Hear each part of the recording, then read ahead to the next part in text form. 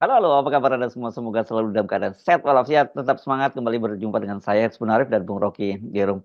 Bung Rocky Gerung, seperti kita bisa prediksi bahwa debat Capres itu nanti tidak hanya selesai seketika kemudian layar panggung ditutup ya. Itu bisa berhari-hari kalau pengalaman sampai berpekan-pekan bahkan dalam kasusnya Gibran itu bahkan lebih lebih lama lagi sampai kemudian ketemu ketemu debat Capres berikutnya itu baru ganti isunya. Dan hari ini juga begitu. Hari padahal sebenarnya Ahad malam terjadi dan sampai hari ini Selasa hari ini Rabu masih rame terus. Dan yang menarik adalah sampai Pak Jokowi juga minta agar format debat itu diubah karena menurut beliau itu lebih banyak apanya ya lebih banyak saling serang dan tidak bicara soal soal visi misinya gitu, substansinya.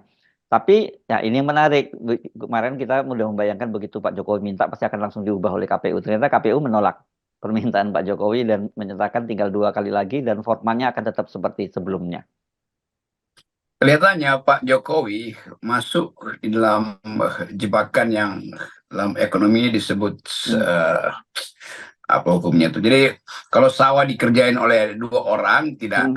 produktif, kurang produktif. Hmm. Ditambah 3 orang sampai 5 orang, nah produksinya naik. Tetapi begitu ditambah 6-7 orang justru turun. Hmm. Karena jumlah orang yang bekerja itu menyebabkan tidak efisien untuk mengolah. The Hmm. law of diminishing return gitu. Hmm. Hmm. Ini juga yang terjadi sebetulnya. Inputnya ditambah, kapasitasnya nggak bisa bertumbuh lagi tuh. Hmm. Justru begitu ditambah input, itu petani yang injak-injak sawah itu saling senggol-senggolan, maka Hmm. nggak Ya, ya, efektif tuh. ya. Kira-kira begitu yang saya tangkap. Kenapa Pak Jokowi gelisah? Karena dia berharap di hari-hari terakhir ditambah inputnya, ditambah balihonya, ditambah Hmm. perlengkapan untuk perang, Hmm. justru makin memberatkan ladangnya Prabowo kan. Hmm. Itu Hmm. yang terjadi kenapa Jokowi kemudian makin cemas tuh. Maka Hmm. dia mulai cawe-cawe lagi tuh, rubah format debat. Dan Hmm. demi siapa? Tentu orang tahu demi Gibran, demi 02 karena Hmm. Jokowi berpihak pada 02. Nah itu Hmm. intinya dia menginginkan format debat dirubah supaya 02 tidak terpojok. Kan ketahuan motifnya kan jadinya kan. Hmm. Jadi Hmm. buat apa Jokowi masuk dalam jebakan diminishing return itu? Pertama, karena dia tidak paham bahwa hari-hari terakhir ini orang tinggal menunggu hasil debat tuh. Hmm. Kalau kecenderungan personal udah masing-masing udah punya captive market. Anies Hmm. sudah punya punya captive market, maksudnya udah punya pendukung konservatif, Ganjar juga begitu tuh, Prabowo begitu. Tinggal orang menunggu diferensiasinya di dalam soal ide. Nah, itu hanya bisa muncul di dalam debat. Jadi debat ini betul-betul menguji ulang kedudukan-kedudukan konservatifnya, artinya hal yang udah pasti bisa diubah tuh. Nah, Jokowi mulai curiga bahwa yang akan berubah justru dukungan pada Gibran. Dan Hmm. itu yang mulai diperlihatkan di dalam bentuk-bentuk sinisme publik Hmm. yang mengolok-olok Gibran, yang melecehkan keluarganya kan. Kan itu sebetulnya kesulitan hari-hari ini. Jadi mengubah format debat juga nggak ada gunanya. Karena Hmm. udah terbentuk di kepala orang bahwa Gibran itu cuma diselundupkan untuk memperpanjang masa jabatan Pak Jokowi. Itu di New York Times hari ini itu Hmm. judulnya adalah apa namanya itu, kekuasaan Jokowi sudah berakhir tapi dinasti baru dimulai itu. Kan itu juga olo-olo Hmm. gila-gilaan tuh Ya, ya. dari The New York Times itu. Enggak, ya, ya. Oke, memang kalau kita lihat hari ini sebenarnya eh, pemasangan baliho, kemudian juga kampanye-kampanye yang langsung tatap muka lagi itu sekarang sudah nggak ada pengaruhnya lagi ya, Bung Rocky. Kita Iya. kita belum tahu. Tahap kemarin misalnya kita lihat ada rombongan truk-truk yang diduga membawa eh, bawa sembako gitu untuk paslon 02. Apakah itu masih akan ada pengaruhnya soal serangan Fajar? Saya kira mungkin di level masyarakat bawah masih itu berlangsung, tapi untuk masyarakat perkotaan, untuk anak-anak muda, generasi muda, milenial dan Gen Z yang sekarang mayoritas jadi pemilih, saya kira itu nggak laku ya seperti itu ya, Bung Rocky ya. Dan itu kita patut syukuri lah gitu ya. Iya buat apa? Karena Jokowi udah tahu bahwa disebarkan BLT, udah itu juga yang Hmm. terima kan. Ya, ya, Dan ya. bahkan justru begitu ada metode lain itu nonton debat, lalu Hmm. ada desak Anies itu Iya. yang dibuat di universitas di Hmm. kalangan mahasiswa. Begitu anak-anak ini dengar hasil debat Hmm. KPU, lalu bandingkan misalnya dengan format Desa Anies. Nah, mereka mahasiswa ini pulang ke rumah lalu menemukan bahwa ibu mereka lagi bongkar BLT. Lalu mereka pasti bilang, udah nggak apa-apa Bu, BLT-nya ambil aja tuh. Tapi ikuti perkembangan berikut yang barusan saya lihat. Lalu dia mulai promosikan debat Anies. Ibunya juga bilang, oh kalau begitu tambahin BLT, tetapi saya nggak akan pilih siapa yang bagi BLT. Kan itu artinya udah terjadi semacam sosialisasi baru yang nggak pernah dihitung oleh Jokowi, bahwa efek dari media sosial ini akan mendegradasi kedudukan Jokowi karena dianggap Jokowi memihak pada seseorang yang adalah anaknya tuh. Kan cuma itu. Jadi tetap ini soal etika, ini soal moral, ini akhirnya menjadi satu-satunya ukuran tuh. Orang tetap anggap tidak beretik Jokowi menaruh Gibran itu. Tidak beretik Jokowi berupaya untuk mengubah format debat hanya karena Gibran masih ada di dalam dua kali debat lagi tuh. Dan itu intinya tuh. Jadi kelihatannya Jokowi betul-betul panik, dan kepanikan itu terbaca dari kegelisahan dia sendiri, sehingga secara tidak sadar dia menempatkan diri sebagai politisi yang menginginkan supaya format debat berubah. Padahal dia harusnya negarawan dalam keadaan semacam ini. Dia bahkan tidak boleh mengabdi di presiden. Dia mesti menganggap saya adalah negarawan, maka saya akan memantau, dan cuma dengan memantau saya bisa membayangkan apa yang sebetulnya sedang dipersoalkan oleh rakyat. Tapi dia nggak mau mantau suara netizen kan, dia hanya memantau suara surveyor yang dia sogok. Kan itu konyolnya di situ tuh, sehingga dia nggak tahu buat dia sebetulnya udah ditelanjangi oleh kalangan dia sendiri. Tinggal seorang anak kecil yang datang dengan kejujuran,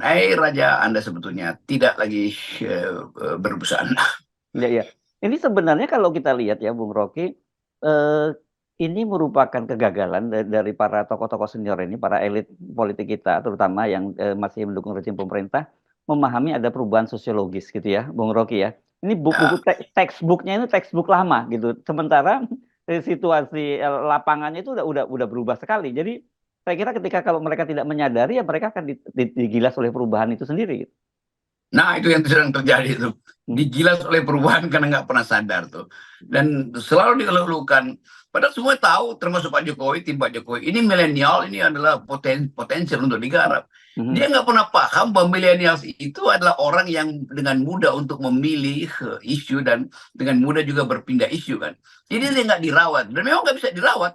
Millennials ini datang dengan prinsip bahwa bahkan 20 menit sebelum mencoblos, dia masih bisa lihat berita terakhir, lalu dia berubah pikiran kan milenials bukan orang yang didoktrin untuk hidup dan matinya adalah memilih seseorang.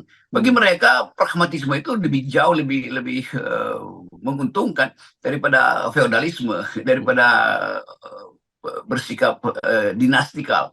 Nah, keadaan ini yang tidak pernah dibaca oleh Jokowi itu.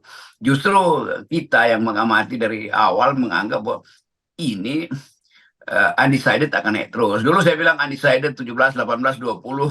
Dan ternyata betul undecided itu berjalan terus. Saya mungkin udah 200 universitas yang saya datangi. Dan saya merasa bahwa memang ada kecenderungan orang untuk menunda keputusan. Dan penundaan itu kemudian diisi oleh hasil debat. Jadi itu keuntungan bagi Anies, dia beredar di kampus, beredar di masyarakat sipil, dan ngerti bahwa orang menunggu kalimat, orang menunggu narasi. Ya, Anies kan cuma narasi-narasi doang. Iya, tapi itu yang ditunggu orang. Orang nggak nunggu lagi janji-janji baliho. Itu bedanya tuh. Jadi kita mulai masuk dalam satu era baru politik Indonesia, bahwa narasi itu memang itulah inti dari politik. Itu diskurs itu yang merupakan tema yang akan membentuk pikiran ke depan tuh, bukan janji yang sifatnya programatik, tapi sebetulnya sensasional tuh kan. Itu tahap itu udah kita lampaui, bahwa nggak mungkin ada janji-janji yang bersifat besar-besaran itu, padahal APBN kita justru makin lama makin habis dimakan rayap-rayap koruptor, dan harus pula membayar utang, cicilan dan bunga pokok kan. Itu intinya kan. Ya, ya. Ini kan kita kan sebenarnya sudah mendeteksi ya hal yang semacam ini, Bung Rocky. Cuman waktu itu kan masih berupa perca-perca gitu, belum jadi mosaik ya. Kalau ini saya kira memang belum utuh jadi mosaik, tapi kita udah mulai kelihatan gambaran dengan apa yang terjadi dengan Indonesia. Benar seperti Anda katakan tadi, memang ternyata tanpa kita sadari kemudian ada yang berubah di politik Indonesia ini. Dan saya melihat misalnya isu-isu sektarian, isu-isu misalnya membawa politik identitas dan sebagainya itu nggak laku di kalangan anak-anak muda ini sekarang. Ya itu mosaiknya udah jadi, tinggal dikasih bingkai sebetulnya. Nah, ya. Oh gitu ya. Ya, ya. Dikasih nama tuh. Hmm. Jadi sebaiknya Pak Jokowi itu udahlah, udah betul kata Gibran, pulang kampung aja Bapak Hmm. tuh. Dan mungkin Hmm. juga Gibran akan bilang, oke kalau begitu saya ikut pulang kampung tuh, nggak mau Hmm. lagi cawe-cawe di atas panggung. Karena tetap di dalam pikiran anak muda ini ngapain sih memaksakan seseorang yang mungkin waktunya kan masih panjang. Gibran masih bisa 5 kali ikut pemilu, ngapain dipaksakan hari ini? Jadi dia diperam dan dikasih karbit lalu matang dengan cara dipaksa. Dan itu yang membuat masyarakat sipil, apalagi milenial, menganggap ya udahlah kalau begini caranya, mending kita golput, mending kita nggak pilih siapa-siapa tuh. Jadi suara milenial yang justru datang ke Prabowo, yang dianggap oleh Prabowo adalah milik dia karena sifat Spartan, sifat ya sebetulnya Prabowo itu mewakili satu harapan masyarakat milenial, itu akhirnya pudar karena ada seorang ya buat netizen ini bocah bocah cilik tuh yang nggak pas ditaruh dimanapun nggak pas sebetulnya kecuali disuruh tidur.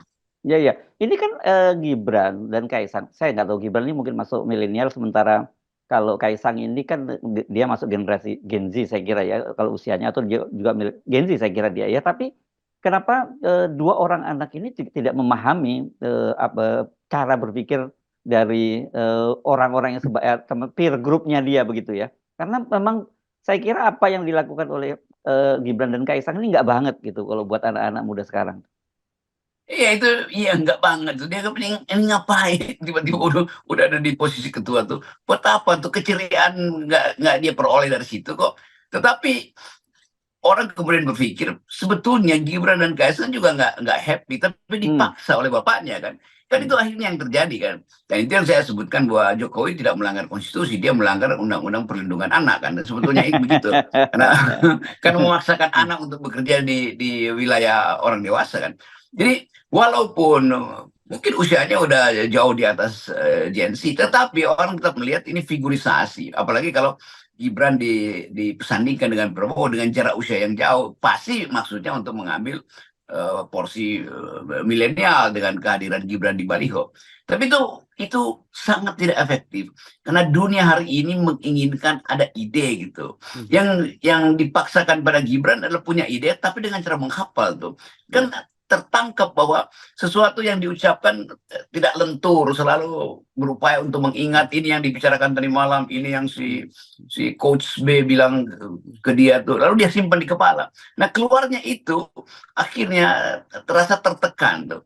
Walaupun memang Gibran memainkan teatrikal panggung, tetapi setelah teater panggung itu selesai, orang bongkar datanya, orang bongkar argumennya, pagi lalu disalahkan lagi tuh Gibran. Dan ini yang kita sebut sebagai pemaksaan atau karbitan, ya begini akibatnya. Ya, tapi ini pertanyaan serius ya, Bung Rocky. Saya dan saya yakin Anda dan juga banyak kita semua ini memang sudah mulai melihat semacam musim semi demokrasi di Indonesia ya, yang kita tadinya nggak punya harapan, tapi kita kelihatan sekali musim semi itu. Nah, tapi kekhawatiran saya sama juga kalau kita lihat sejarah dulu di beberapa negara-negara yang diduduki oleh Rusia begitu kan, ada musim semi demokrasi mulai muncul, tapi kemudian digilas oleh kekuasaan, digilas oleh tank Rusia pada waktu itu.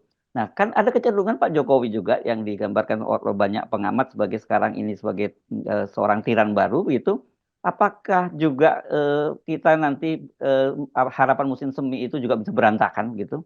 Karena dengan kekuasaannya Presiden Jokowi dengan rezim yang ada bisa menggilas semuanya itu. Ya itu yang kita mulai lihat polanya itu. Kalau kita baca analis-analis internasional justru menunjukkan bahwa ada penguatan kembali otoritarianisme di Afrika tuh.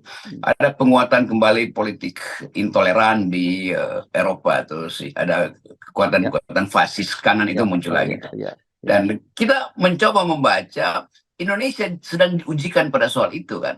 Hmm. Tetapi kita nggak pernah bayangkan bahwa daya tahan sebetulnya daya tahan intelektual milenial ini mampu untuk menghalang munculnya kembali otoritarianisme. Ya. Dan sebetulnya terbantu oleh jurnalis, terbantu oleh pikiran-pikiran akademis yang beredar dalam 1 atau paling nggak 2 semester ini tentang ketidakmasukakalan proyek-proyek infrastruktur Jokowi itu, ketidakmasukakalan mercusuar politik Jokowi. Lalu ketidakmasukakalan itu akhirnya ditemukan sebabnya. Kenapa? Karena Jokowi ingin melanjutkan ambisinya melalui keputusan Mahkamah Konstitusi. Jadi satu paket berpikir yang betul-betul lengkap tuh. Jadi seolah-olah kita disodorkan pada pembuktian terbalik bahwa Jokowi sebetulnya memang hendak mengabaikan atau menghalangi demokrasi itu dengan menggunakan seluruh peralatan putih. Dan itu akhirnya terbaca juga di dalam kalimat Jokowi sendiri. Saya mau cawe-cawe. Terbaca di dalam cara Jokowi sampai hari ini masih ingin mengatur panggung debat presiden kan.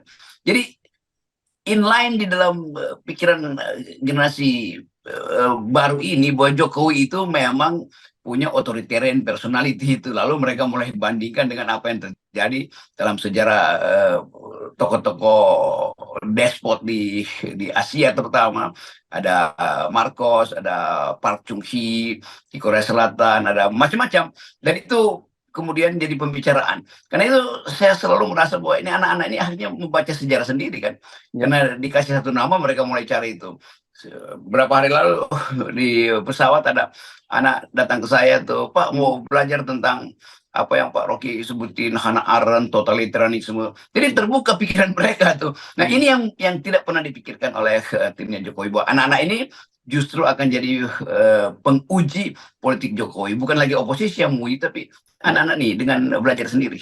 Ya, saya jujur, Bung Rocky, saya termasuk yang sangat gembira gitu. Bukan hanya gembira, saya bahagia gitu melihat perkembangan ini anak-anak muda ini, terutama Gen Z ini gitu ya. Di tengah kekhawatiran banyak orang bahwa ini anak-anak ini senangannya happy-happy saja. Tapi ternyata pemilu kali ini, khususnya Pilpres kali ini, membuka mata kita bahwa nggak seperti itu gitu. Tapi tetap saja saya punya kekhawatiran gitu, karena di satu sisi ada kekuatan rezim yang totaliter, yang otoritarian, yang pengen menggilas semuanya itu gitu. Iya, saya mulai sadar bahwa diskurs yang kita buat atau dibuat oleh masyarakat sipil, oleh jurnalis kritis, artinya berbekas. Dan akhirnya mereka mengerti bahwa di pihak sana ada seseorang anak muda tetapi hanya nebeng pada bapaknya. Di pihak sini ada Gibran di Jogja, ketua BEM. Di UI ada siapa namanya nih, Melki. Ya. Si Melki, di Pramadina ada siapa segala macam. Jadi mulai terbentuk penonton Gen Z ini melihat yang mana sebetulnya yang calon pemimpin. Ketua BEM UI, ketua BEM UGM, atau Gibran yang sedang disodorkan untuk dengan backup bapaknya. Jadi mulai orang merasa bahwa demokrasi itu nggak boleh disodorkan. Ini yang kemudian bergulir, mempengaruhi keluarga, alam pikiran publik, dan itu yang kemudian jadi sinyal tadi bahwa kita sebetulnya sedang menumbuhkan satu era baru demokrasi dengan kekuatan anak-anak BEM terutama, dan itu kemudian disponsori oleh masyarakat sipil. YLBHI kemudian bikin festival kebebasan, diikuti oleh BEM, kampus-kampus. Jadi satu orkestrasi baru sedang dirancang sebetulnya, dan itu yang tanpa sadar akan menggilas sisa-sisa kekuasaan atau arogansi Pak Jokowi. Yes, oke. Ini tentu saja ini yang saya sebut tadi, ada kegembiraan tapi juga ada harap-harap cemas lah begitu ya melihat situasi sekarang ini. Saya menganggap bahwa ritme sejarah itu justru sudah menguntungkan proses pembuatan kembali demokrasi Indonesia. Jadi sebetulnya pembuatan kembali. Karena kita buat demokrasi itu 98, terus disobek oleh Jokowi selama 9 tahun, sekarang kita jahit ulang tuh. Dan kenikmatan itu adalah menjahit kembali demokrasi di tengah-tengah milenial yang sebetulnya sekaligus jadi pembelajar. Mereka mulai melihat bahwa, oh itu yang namanya demokrasi, kita udah punya, dan sekarang kita jahit ulang. Kenapa? Ya karena dirobek oleh Presiden Jokowi. Kan itu semuanya begitu. Di mana kita baca itu? Di TikTok mereka sendiri. Dan mereka sebetulnya yang membantu kita untuk menumbuhkan kembali asal-usul bangsa ini yang kita sebut sebagai the thinking nation, karena pemikir-pemikir awal bangsa ini memerdekakan Indonesia dengan kekuatan argumentasi. Ya. Saya membayangkan kalau dalam terminologi agama kan tugas kita ini cuma sebagai muazin gitu ya, Bung Rocky ya. Jangan memanggil. Memanggil saja buat kita gitu. Yang melakukan mereka semua, dan tanda-tandanya itu sangat kuat, dan saya membayangkan situasinya sebenarnya ini ya, Bung Rocky ya. Seperti tombol on off saja gitu ya. Demokrasi kita ini sebenarnya itu antara terang dan gelapnya itu sebenarnya cuma satu klik saja gitu. Ya. Itu betul sekali perumpamaan itu. Jadi Jokowi merasa bahwa dia memegang PLN itu. Ya. Padahal sebetulnya masalahnya bukan di PLN, ini cuma sekedar menghidupkan tombol on off aja kan. Yes. Jadi Jokowi mempraktekkan satu upaya untuk secara total menguasai jaringan listrik. Padahal sebetulnya jaringan listrik yang ada sekarang nggak terhubung dengan PLN karena pakai solar cell gitu. Dan Jokowi kaget, kok bisa gitu ya? Yang udah didesain sebetulnya artinya berantakan ya, karena sumber daya kita itu bukan dari listriknya Jokowi tapi dari listrik alam semesta. Ya, saya kira kita penting ya untuk membangun soliditas. Jangan sampai kemudian Pak Jokowi mematikan tombol demokrasi. Tugas kita itu rame-rame untuk menghadang kalau ada yang mematikan tombol demokrasi agar demokrasi kita tetap menyala di Indonesia ini. Iya, Pak Jokowi silakan matikan tanpa dia tahu bahwa kabelnya itu udah rusak sehingga dia akan kesetrum di situ tuh. Ya, atau eranya sekarang era gadget. Jadi orang bisa rame-rame menyalakan gadget ya, Bung Rocky. Iya. Keren. Selalu ada energi alternatif kalau energi demokrasi dimatikan oleh despot yang ada di istana. Oke, baik, terima kasih Bung Rocky. Tetap 0% Bung Rocky. No.